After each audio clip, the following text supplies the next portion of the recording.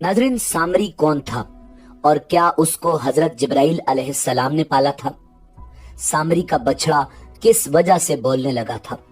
उसने बछड़ा किस चीज से बनाया था और क्या चीज उसके मुंह में डाली कि वो बोलने लगा? और सामरी का अंजाम क्या हुआ? यही हमारी आज की वीडियो का मौजू होगा।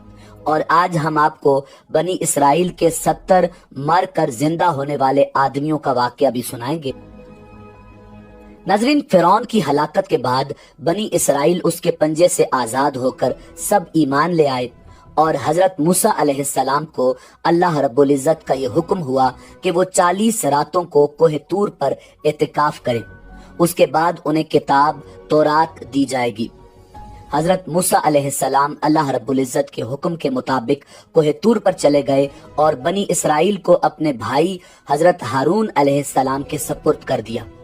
आप 40 दिन तक दिन भर रोजादार रहकर सारी रात इबादत में मशगूल रहते और इधर सामरी को बनी इसराइल को गुमराह करने का मौका मिल गया। नाज़रीन, बनी इसराइल में एक हरामी शख्स था जिसका नाम सामरी था, जो तिबी तौर पर इंतहाई गुमराह आदमी था।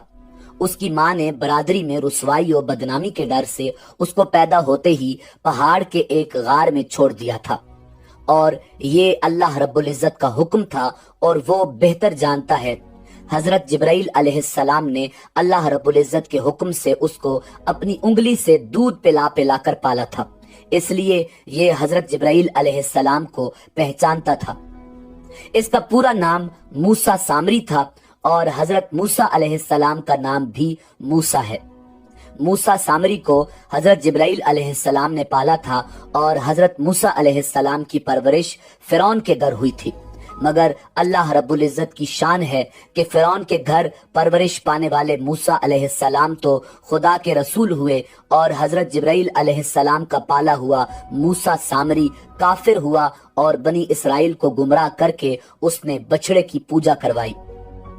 नाज़रीन, जिन दिनों हजरत मूसा अलैहिस्सलाम कोहे तूर पर मोतकिफ थे, सामरी ने आपकी गैर मौजूदगी को गनीमत जाना और ये फितना बर्पा कर दिया कि उसने बनी इसराइल के सोने चांदी के जेवरात को मांग कर पिघलाया और उससे एक बछड़ा बनाया और हजरत जिब्राइल अलैहिस्सलाम के घोड़े के कदमों की खाक जो उसके पास महफूज थी, उसने वो खाक बछड़े के मुंह में डाल दी तो वो बछड़ा अल्लाह रब्बुल इज्जत के हुक्म से बोलने लगा।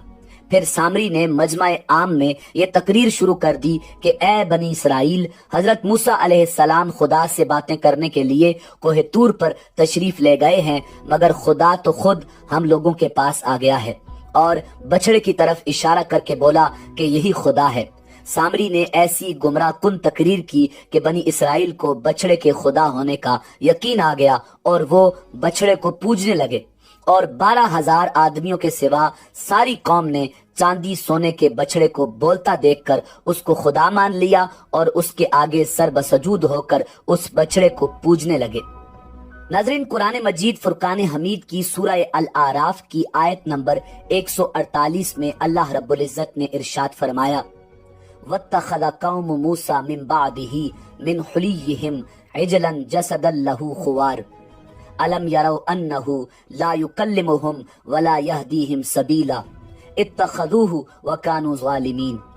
और मूसा अलैहिस्सलाम की कौम ने उनके बाद अपने जेवरों का एक बछड़ा माबूद ठहरा लिया जो कि एक कालिब था जिसमें एक आवाज थी।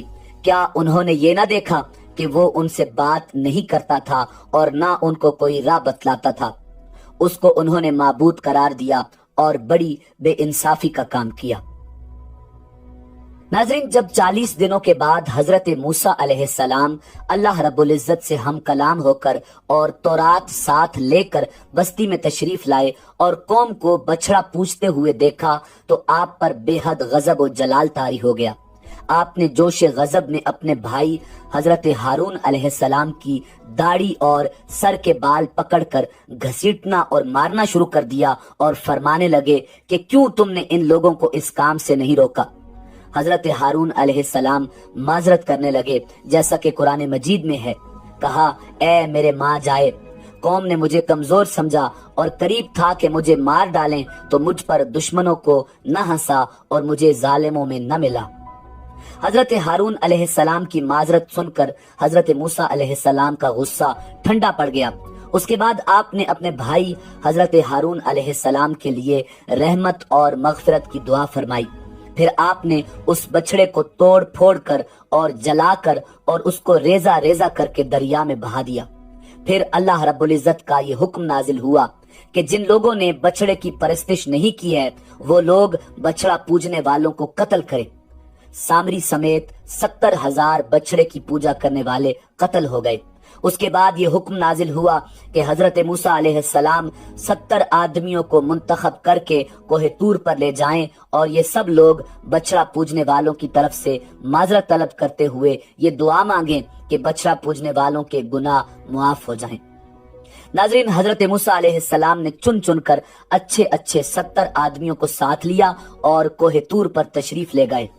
جب لوگ کوہ طور پر طلب معذرت و استغفار کرنے لگے تو اللہ رب العزت کی طرف سے آواز آئی، اے بنی اسرائیل، میں ہی ہوں، میرے سوا تمہارا کوئی معبود نہیں۔ میں نے ہی تم لوگوں کو فرعون کے ظلم و ستم سے نجات دے کر تم لوگوں کو بچایا ہے، لہٰذا تم لوگ فقط میرے ہی عبادت کرو اور میرے سوا کسی کو مت پوجو۔ ناظرین، اللہ رب العزت کا یہ کلام سن کر یہ 70 آدمی ایک زبان ہو کر کہنے لگے کہ اے موسیٰ، ہم ہرگز آپ کی بات نہیں مانیں گے جب تک ہم اللہ رب العزت کو اپنے سامنے نہ دیکھ لیں۔ ناظرین، یہ 70 آدمی اپنی ضد پر بالکل اڑ گئے کہ ہم کو آپ خدا کا دیدار کروائیں، ورنہ ہم ہرگز نہیں مانیں گے کہ خداوند عالم نے یہ فرمایا ہے۔ حضرت موسیٰ علیہ السلام نے ان لوگوں کو بہت سمجھایا، مگر یہ شریر و سرکش لوگ اپنے مطالبہ پر اڑے رہ گئے، یہاں تک کہ اللہ رب العزت نے اپنے غضب و جلال کا اظہار اس طرح فرمایا کہ ایک فرشتہ آیا اور اس نے ایک ایسی خوفناک چیخ ماری کہ خوف و ہراس سے لوگوں کے دل پھٹ گئے اور یہ 70 آدمی مر گئے۔ پھر حضرت موسیٰ علیہ السلام نے خداوند عالم سے کچھ گفتگو کی اور ان لوگوں کے لیے زندہ ہو جانے کی دعا مانگی تو وہ لوگ دوبارہ اللہ رب العزت کے حکم سے زندہ ہو گئے۔